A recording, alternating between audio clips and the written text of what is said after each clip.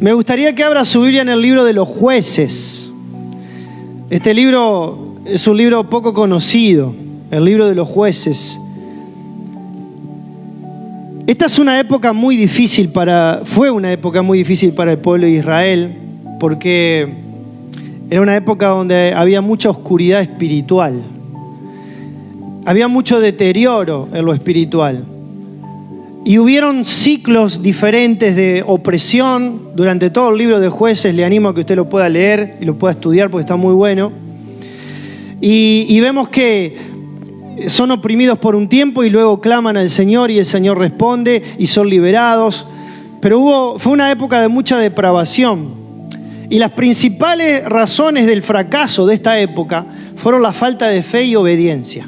Dos cosas muy puntuales que se manifestaron en ese tiempo, en esa época. Y esto tiene que ser una enseñanza para nosotros. ¿Por qué? Porque nosotros tenemos que tomar no solamente de los buenos ejemplos, sino de los malos ejemplos. Cuando hay un buen ejemplo en la Biblia, tenemos que tomarlo para imitarlo. Pero cuando hay un mal ejemplo en la Biblia, tenemos que aprender de ese mal ejemplo para no volver a repetirlo. Y aquí el pueblo de Israel estaba pasando por un momento de oscuridad espiritual porque le faltaba fe y le faltaba obediencia. Y cuando hay falta de fe, como lo hablamos aquí, se mencionaba aquí, y hay falta de obediencia, vienen las consecuencias de esa falta de fe y de esa falta de desobediencia. Entonces, cuando yo sé que si no tengo fe y no obedezco, viene el fracaso a mi vida espiritual, ¿qué tengo que hacer? Tengo que hacer todo lo contrario. Tengo que buscar al Señor con todo mi corazón, tengo que creerle con todas mis fuerzas, tengo que fortalecerme en la fe, tengo que buscar que mi fe pueda seguir creciendo en el Señor y obedecer su palabra. Entonces, cuando yo hago todo eso, ¿qué es lo que acontece? Mi vida espiritual crece, mi vida espiritual avanza. No solamente yo soy bendecido de forma personal, sino que bendigo a todo lo que está a mi alrededor. Bendigo a mis compañeros de trabajo, bendigo a las personas que me rodean, a mi familia, bendigo a los hermanos de la iglesia. Porque los que estamos aquí presentes, si somos gente de fe, somos gente obediente, la iglesia va a avanzar, la iglesia va a crecer, la iglesia va a ir hacia adelante. ¿Cuántos dicen gloria a Dios? Y en Jueces 21-25 hay un detalle interesante que quiero compartir, que justamente resume lo que fue la época de los jueces. Dice Jueces 21-25, en estos días no había rey en Israel, porque dice que cada uno hacía lo que bien le parecía. Mire qué interesante esto, ¿no? Jueces 21-25 resume el estado espiritual de este momento. Dice, en esos días no había rey, o sea, no había nadie que gobernara, porque dice que cada uno hacía lo que bien le parecía. Y cuando una persona hace lo que bien le parece, también vienen consecuencias negativas, porque los cristianos necesitamos tener reglas. La anarquía espiritual es algo muy negativo, hermano. La anarquía nos habla de ausencia de norma, de ausencia de jerarquía, de ausencia de autoridad o ausencia de gobierno. Y la iglesia del Señor se rige por normas. La iglesia del Señor se rige por jerarquía, por autoridad, por gobierno. Primeramente, el gobierno más importante que nosotros tenemos, la jerarquía más grande que tenemos, ¿quién es? Nuestro Rey de Reyes y Señor de Señores, el Dios Todopoderoso. Luego, el Señor puso autoridades humanas en las cuales nosotros debemos respetar. Y en lo espiritual también lo tenemos que hacer. Entonces, cuando un cristiano vive la anarquía espiritual, se deteriora en su vida, en su relación con Dios, así como sucedió con el libro de los Jueces. Y uno de los grandes problemas que había en esta época también era que ya no existían, no estaban esos líderes de la talla de Moisés y de Josué, que fueron grandes caudillos, líderes que llevaban adelante al pueblo del Señor a la tierra prometida, y ya no habían de ese tipo de personas. Entonces, hermano, el pueblo de Israel estaba pasando por un momento de dificultad. Así como tal vez vos podás estar pasando en este momento una situación de dificultad. Pero Dios nos prueba a través de esa dificultad. ¿Sabe qué, hermano? Dios no desperdicia nada. Quiero decirte algo muy importante en esta mañana. Dios no desperdicia nada. Dios no desperdicia los momentos buenos de tu vida, pero tampoco Dios desperdicia los momentos malos de tu vida. Él no los desperdicia, Él aprovecha cada momento, cada situación de tu vida. ¿Para qué? Para probarte. para ver lo que realmente hay en tu corazón, en mi corazón. En los momentos buenos le alabamos, pero en los momentos de dificultad, ¿le alabamos o no le alabamos? Esa es una gran pregunta que no tenemos que hacer siempre.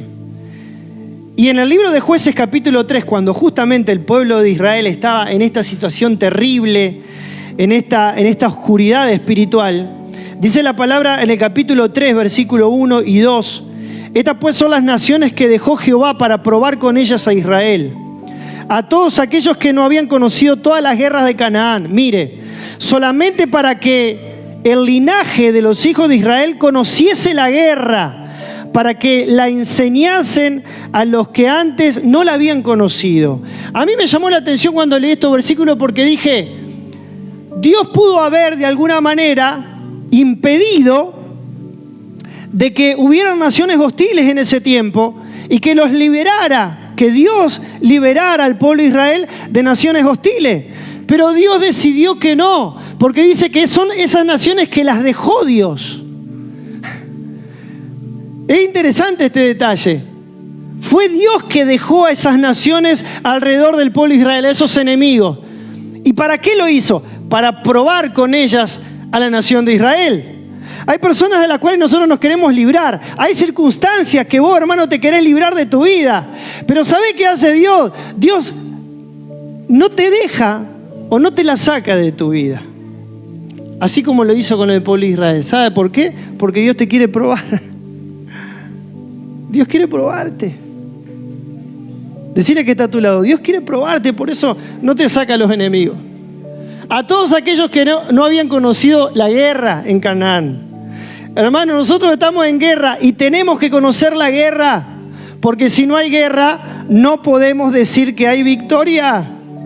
Es precioso cuando todo va color de rosa, es precioso cuando todo va lindo, va maravilloso, pero los músculos espirituales de los hijos del Señor los sacamos cuando estamos en plena batalla. Entonces Dios no te va a sacar a tus enemigos, Dios te va a dar la capacidad para vencer esa circunstancia, pero no te los va a quitar porque Él quiere que vos estés en guerra, porque es en el único momento que el Hijo de Dios está en guardia, cuando está en guerra. En un sentido espiritual me refiero, no quiere que tengamos guerra física. Pero cuando hacemos la comparativa con las guerras físicas, en esos países donde están continuamente en guerra, ellos están en guardia todo el tiempo, haciendo guardia todo el tiempo, de acá para allá, mirando a ver si viene el enemigo, si viene una bomba de arriba, de los costados. Entonces están agazapados todo el tiempo, y así quiere Dios que la iglesia esté agazapada todo el tiempo, hermano, porque estamos en guerra. No es física, pero es una guerra espiritual. ¿Y qué es estar agazapado? En oración, en búsqueda, alertas, viniendo a la iglesia, sirviendo, adorando, no distrayéndonos. ¿Cuánto dicen gloria a Dios en esta mañana? Dice solamente para que el linaje de los hijos de Israel conociese la guerra. Dios quiere que vos conozcas la guerra. Para que la enseñasen a los que antes no la habían conocido. Y el versículo 3 y 4 sigue diciendo, los 5 príncipes de los filisteos, todos los cananeos, sidonios, heveos que habitaban en el monte del Líbano, desde el monte Baal Hermón hasta llegar a Amat. Dice, y fueron esas naciones que Dios dejó, ¿fueron para qué? Para probar con ellos a Israel. Levante su mano al cielo y diga conmigo, Dios me manda a los enemigos para probarme. Nuevamente, Dios me manda a los enemigos para probarme. Y sigue diciendo, con ellos a Israel, para saber si obedecerían a los mandamientos del Señor, que Él había dado a sus padres por mano de Moisés. Levante su mano al cielo conmigo y diga, Dios me manda a los enemigos para saber si yo voy a obedecer o no al Señor. Ese es el propósito. Ese es el propósito. Porque es todo muy lindo cuando estamos de manera perfecta, pero cuando estamos pasando por esa dificultad, yo no digo que a veces no tengamos un momento donde reneguemos. Ay, Señor, ¿por qué? Porque hay libros en la Biblia que son libros de queja. Por ejemplo, el libro de Lamentaciones. Es un libro de la Biblia, el libro de Lamentaciones. Y vemos todas las cosas que sucedieron en esa época. Y en muchas oportunidades David se quejó y se enojó y dijo, Señor, ¿por qué esto, aquello, lo otro? Y se enojó también. Y podemos tener esos momentos de dolor, de enojo, como bien lo mencionaba Germán en su testimonio. Pero después inmediatamente nosotros recapacitamos. Inmediatamente viene la presencia del Espíritu Santo. Inmediatamente viene el poder de Dios. Viene la unción de Dios sobre nosotros. ¡Aleluya! ¿Cuántos dicen gloria a Dios? Y recapacitamos. Y nos levantamos nuevamente. Porque es por un momento nada más. Y no es por mucho tiempo. En Deuteronomio 8:2 vemos lo mismo. Lo mismo hizo Dios con Israel en el desierto. Le dice Deuteronomio 8:2, y te acordarás de todo el camino por donde te ha traído Jehová tu Dios estos 40 años en el desierto. El desierto es símbolo, hermano, de prueba, de dificultad. Y hay muchos hermanos que tal vez aquí puedan estar pasando por un desierto, por una situación de desierto. Pero mire por qué Dios permite que ese desierto venga a tu vida y a mi vida. Dice para afligirte, para probarte, para saber lo que había en tu corazón, si habías de guardar o no los mandamientos. Exactamente lo mismo que sucedió con el pueblo de Israel en el tiempo de los jueces. Dios mandó pruebas al pueblo de Dios para afligirte, para probarte. La aflicción y la prueba es donde nosotros nos damos cuenta que esos somos los verdaderos yo. En el momento de dificultad y en el momento de dolor, ese soy yo. Mis reacciones, ese es el verdadero yo. El verdadero Freddy se manifiesta cuando viene el momento de prueba, cuando viene el momento de la dificultad, cuando viene el momento de la aflicción en mi vida. Es ahí donde yo realmente manifiesto qué hay dentro de mi corazón.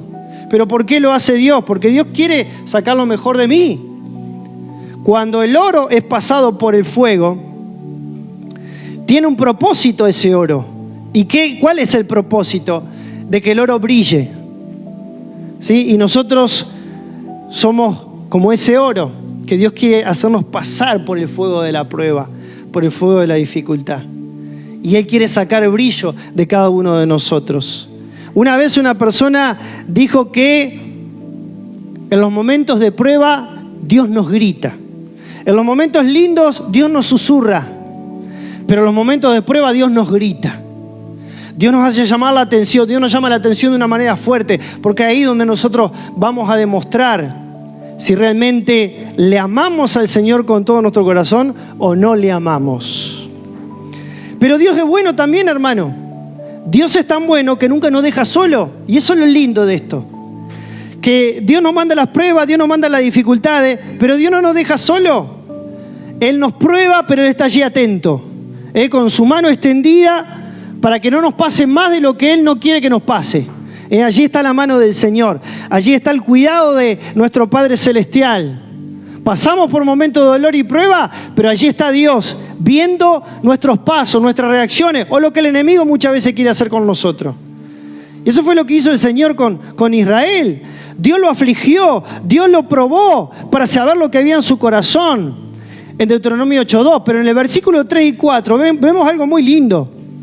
Dice, te afligió y te hizo tener hambre. Pero después dice, te sustentó con maná. ¿Cuántos dicen gloria a Dios a esto? O sea, Dios los llevó al desierto, sabía que ellos iban a pasar necesidad, pero Dios proveyó, porque si no se iban a morir de hambre. Y Dios nunca nos va a poner, nunca Dios te va a poner una prueba más grande de la que tú puedes resistir. Entonces el pueblo no tenía posibilidad en el desierto de comida. ¿Por qué? Porque no podían plantar. En el desierto arena, ¿qué iban a plantar? Nada. No había comida, no había posibilidad de ellos saciar el hambre. Entonces, ¿qué fue lo que hizo el Señor? Dios envió una lluvia de maná del cielo para darle de comer todos los días a ellos, hermano. Por la mañana caía la lluvia de maná y ellos se alimentaban. Por la tarde, dice, la merienda, y caía el maná por la tarde y ellos comían. Porque Dios nunca, hermano, nos va a desamparar en el momento de la aflicción. Dios nunca te va a desamparar en el momento de la aflicción. Dice, por eso te sustentó con maná, dice. Comida que no conocías tú ni tus padres la habían conocido. para hacerte saber de que no solo de pan vivirá el hombre. No sé si conoces ese versículo. Mas de todo lo que sale de la boca de Jehová vivirá el hombre. Este versículo lo citó Jesús cuando Satanás lo tentó en el desierto.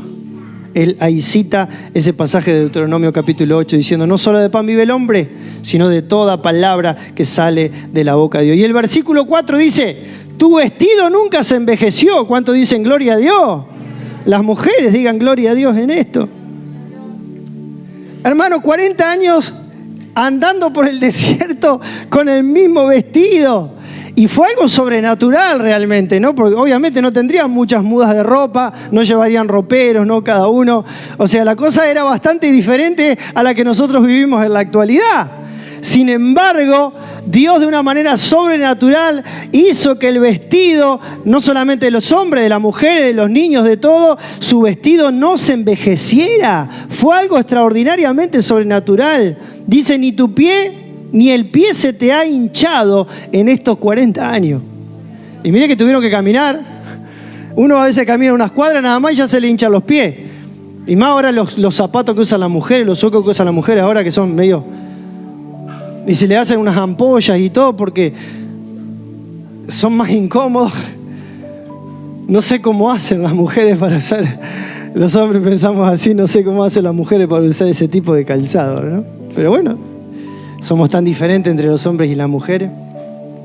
Somos distintos. Mi esposa siempre me dice: ustedes es re fácil, agarran una camisa, se ponen una camisa nomás, un pantalón, y ya agarran y salen, y es sencillo lo de ustedes, pero nosotros somos más complicadas.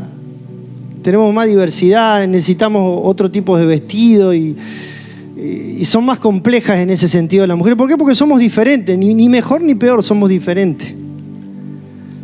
Pero dice aquí la palabra del Señor, hermano, que el pie no se le hinchó. Caminaron durante 40 años y el pie no se le hinchó. Ahí vemos realmente la mano poderosa del Señor moviéndose sobre su pueblo amado.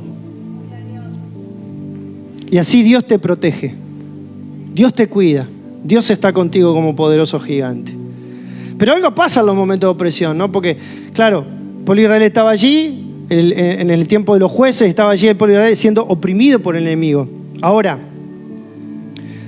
¿qué es lo que nosotros hacemos en el momento de opresión, en el momento de dificultad? ¿A quién clamamos? ¿A quién buscamos? Está bueno siempre buscar ayuda humana. Pero primero que nada, los hijos del Señor tenemos que buscar la ayuda del Señor. Y en Jueces 3:9, eso fue lo bueno que hizo el pueblo de Israel.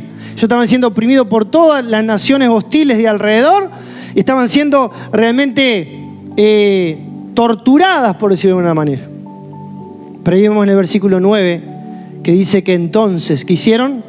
Clamaron los hijos de Israel a Jehová. ¿Y Jehová qué hizo? Se quedó quieto, el Señor se quedó quieto y dijo: no, embrómense porque la verdad ustedes se portan mal. ¿Qué hizo el Señor? Levantó un libertador a los hijos de Israel. ¿Y qué dice después? ¿Y qué dice después? Los libró. Esto es a Otoniel, o sea, levantó a este hombre, Otoniel, hijo de Cenaz, hermano menor de Caleb. El pueblo de Israel clamó al Señor. Y aquí hay un principio espiritual maravilloso, hermano, maravilloso. Cuando tú clamas, Dios te libera. Levante su mano al cielo y diga conmigo: cuando yo clamo, el Señor me libera. Otra vez, cuando yo clamo, el Señor me libera. ¿Cuántos dicen gloria a Dios a esto? Dios es bueno, Dios es maravilloso, Dios es poderoso, hermano. David lo hizo en una oportunidad, en 2 Samuel 22:1. Dice que habló David a Jehová las palabras de este cántico. El día que Jehová, ¿qué hizo? Le había librado de la mano de todos sus enemigos y de la mano de Saúl. Hermano, David clamó al Señor y Dios lo libró de la mano de todos sus enemigos. Cuando tú clamas al Señor, el Señor te libra de todos tus enemigos. Y en el versículo 7 dice: en mi angustia invoqué a Jehová. Si alguien está angustiado en esta mañana, si alguien está triste en esta mañana, hace eso, invoca al Señor. Cuando estamos cantando aquí en el culto, en la reunión, es una oportunidad para clamar a Dios, para adorarle, para alabarle, para levantar nuestras manos al cielo, para abrir nuestra boca y decirle: Señor, aquí estoy, te alabo, tú eres el Rey, líbrame, ayúdame, fortaléceme. Yo no sé lo que vos estás atravesando ahora, hermano. No sé la situación que vos estás viviendo. Pero hay muchos enemigos que están alrededor tuyo queriendo hacerte daño. Qué lindo es saber que podemos contar con la ayuda del más grande y el más poderoso de todos. Que Jehová de los ejércitos es el Rey de reyes y el Señor de señores.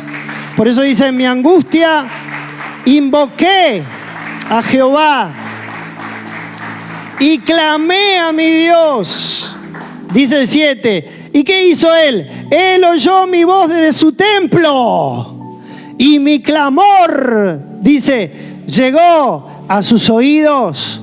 Cuando vos clamás al Señor, los oídos de Él están atentos para escucharte y para bendecir tu vida.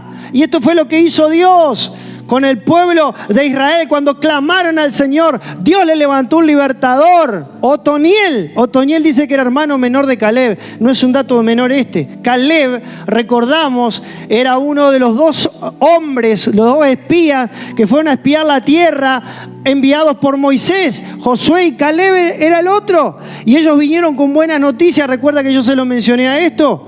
Diciendo, porque vieron los gigantes, y los otros 10 decían: no vayamos porque nos van a comer, nos van a matar, nos van a asesinar. Una visión completamente diferente, totalmente pesimista. Pero sin embargo, Josué y Caleb, llenos del Espíritu Santo, vinieron con una actitud completamente diferente y dijeron: no, Dios está con nosotros. ¿Cuál era la diferencia? Era que unos no confiaban en Dios, los otros sí confiaban en el Señor, hermano. Y cuando nosotros confiamos en el Señor, los gigantes se hacen pequeños. Y cuando no confiamos en el Señor, es al revés, lo pequeño se hace gigante.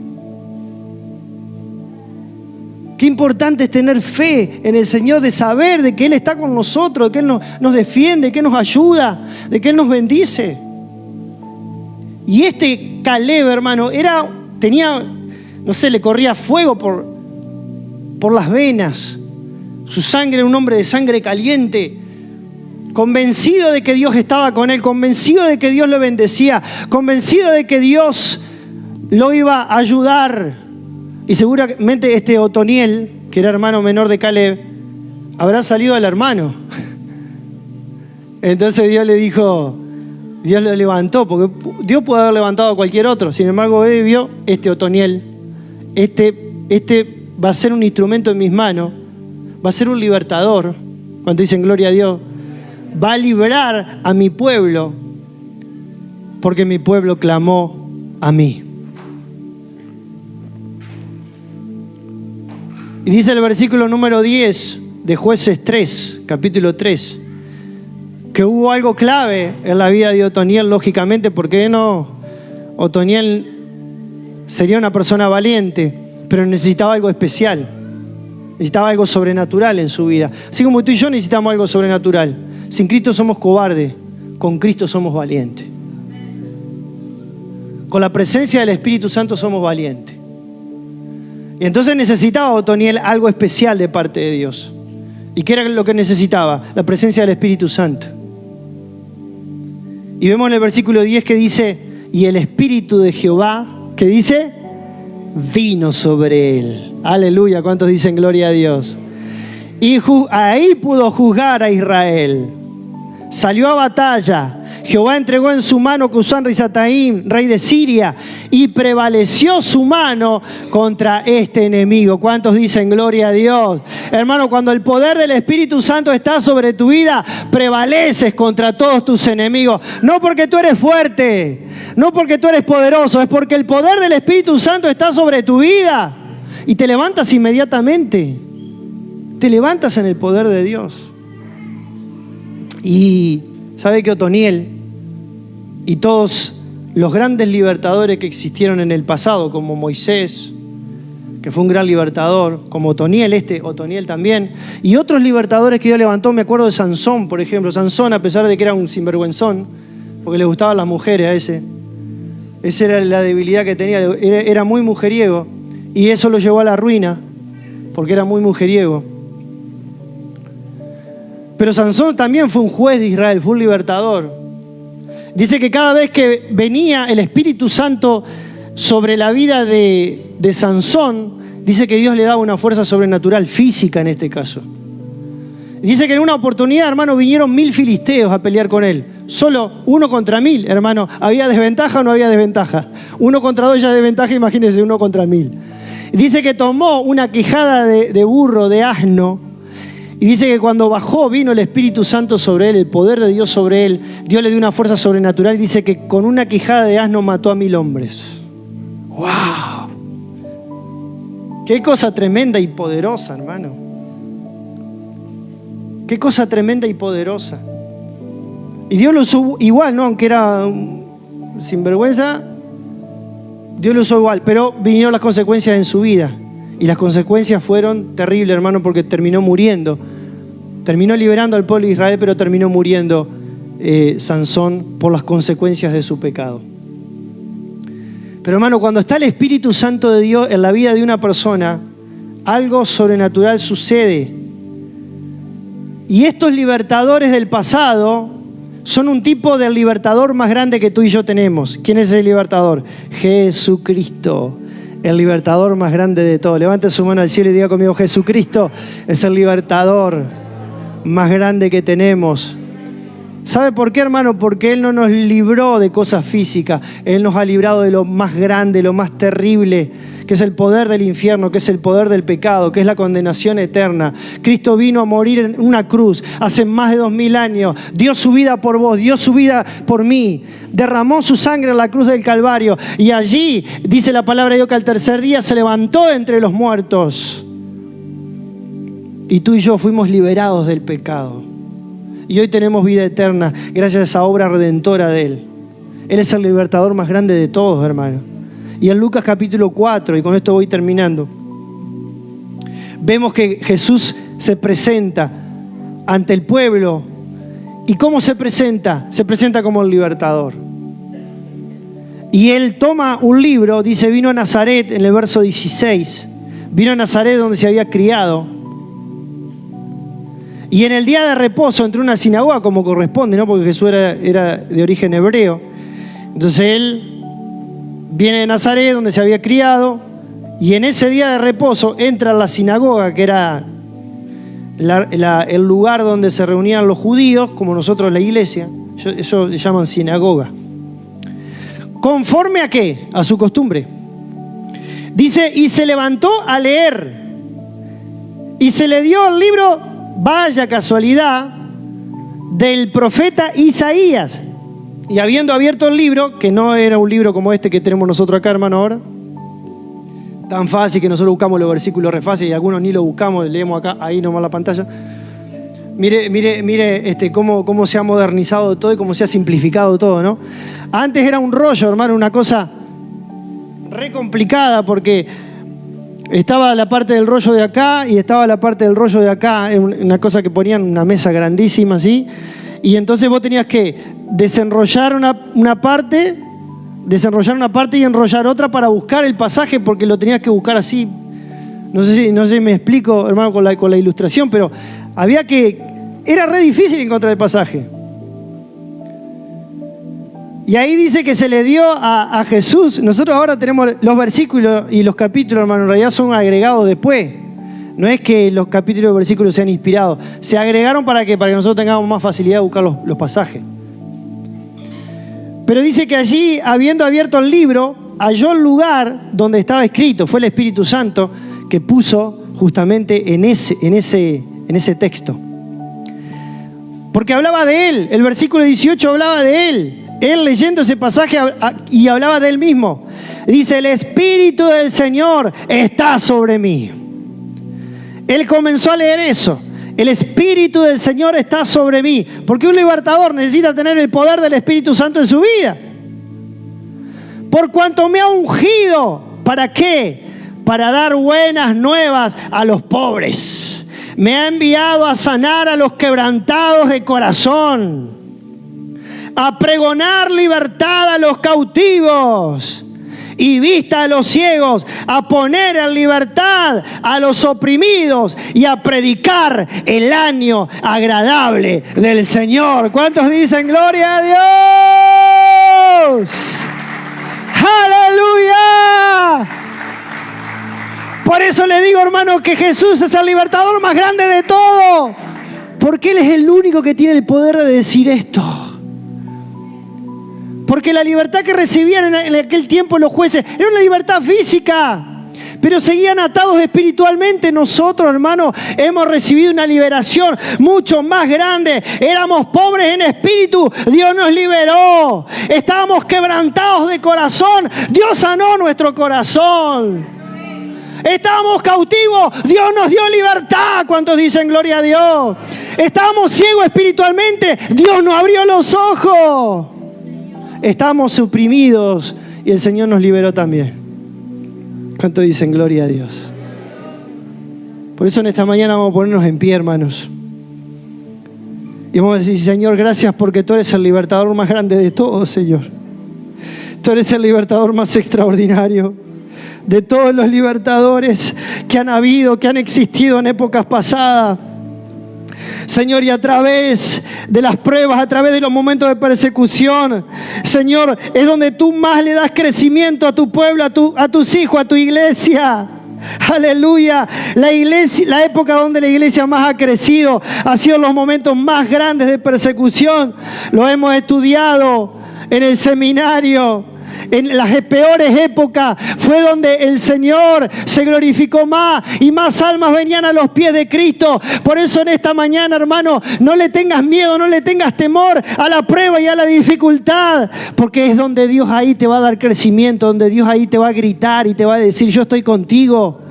A pesar de la dificultad que vos estás viviendo, yo estoy contigo. Señor, gracias. Dale gracias, Señor, en esta mañana.